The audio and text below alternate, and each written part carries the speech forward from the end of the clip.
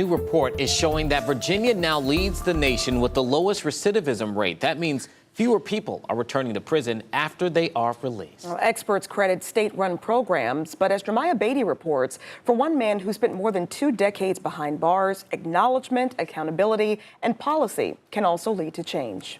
Sincere Allah was sentenced to 45 years in prison following his 18th birthday after accepting a plea deal. Being handed this harsh reality, just like days before, that, the odds are not in my favor. Allah says back then the system wasn't designed to create opportunity, let alone guidance on how to stay free after incarceration. It was designed for punishment. That's it. Pure and simple. All we want is our cages and people in them. Allah was granted a pardon by then Governor Ralph Northam in 2022. Now he spends his time paying it forward, helping others stay out of prison. It comes as the Virginia Department of Corrections recently reported a 17.6 3-year recidivism rate in fiscal year 2020, the lowest in more than 20 years. That's why Allah is celebrating. And had it not been for a few kind of more progressive minded staff members at certain facilities, we may not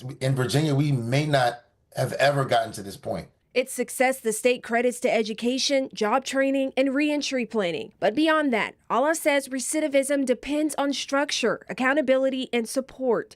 He says as lawmakers continue to develop legislation like second look laws that aid in reentry support, he says freedom won't be the finish line, but the first step. We don't start treatment once a person has been returned from incarceration. You start that inside. You start to build that individual up before that release date comes. Jeremiah Beatty, 13 News Now. Virginia calculates its recidivism rate by waiting at least 4 years after an inmate is released to ensure all court data is collected and reviewed. The Commonwealth then compares its results to 31 other states that publicly report similar statistics.